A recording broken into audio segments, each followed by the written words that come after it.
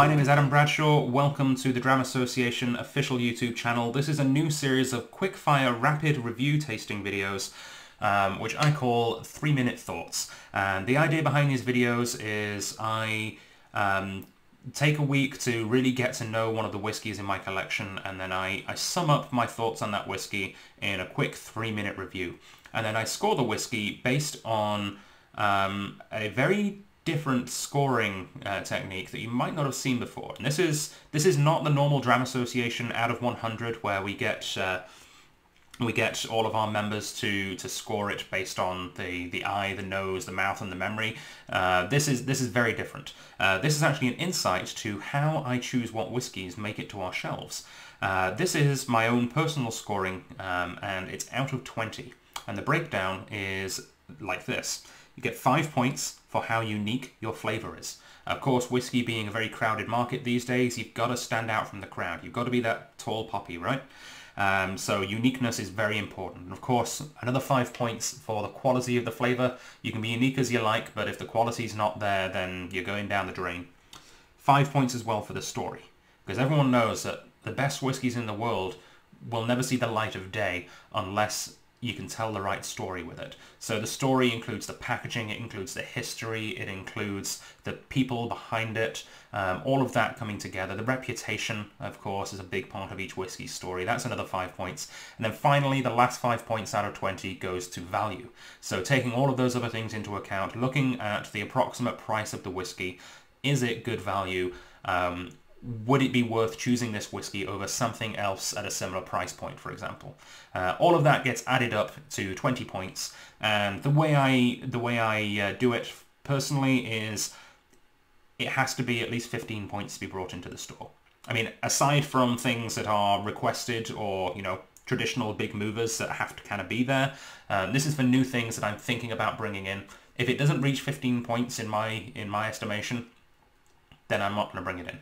And now sometimes, obviously, I don't get to taste things before bringing it in, so I have to go off other people's opinions and tasting notes. So I judge how unique something is by someone else's notes, and I judge how good something is by someone else's notes and opinion. And I do my best with that. And sometimes that can be hit and miss, of course. But whenever possible, I like to try and taste things before I bring them into the store. So there's a little bit of insight for you. And this is the pilot for this 3-minute thoughts. And the first one we're going to do is a personal favourite of mine, the Glenglassaugh PX cask. So let's give it a pour. This is 46%. It is finished in Pedro Ximenez casks. It is non-chill filtered, natural colour from the Glenglassaugh distillery in the Highlands. Now, I personally love this distillery, but let's take this on its own merit and give it a rundown through the 4 categories. So, uniqueness of flavour.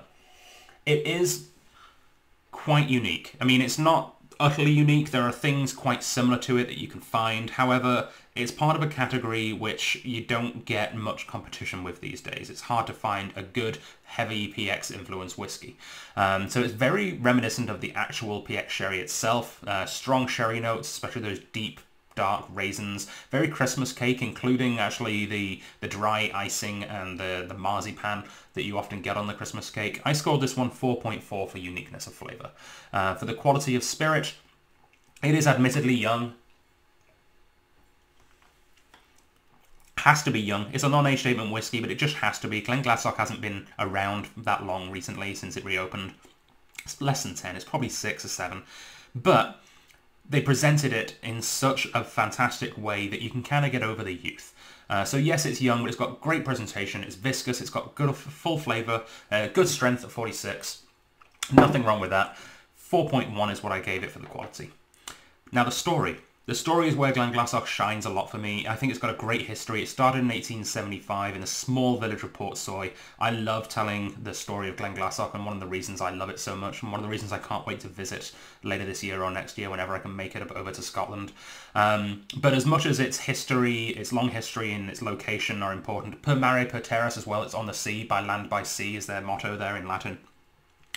It also has a special name attached to it because it was closed for 18 years and revived and under the control of Billy Walker, a name which is legendary in the modern I don't know if you can still be in the industry and be a legend, but if you can, you're probably Billy Walker. Billy Walker is an amazing person in the industry who brought this distillery from not even being there, from obscurity, back into people's memory, back into the mouths of consumers. And for the story, I give it a 4.7.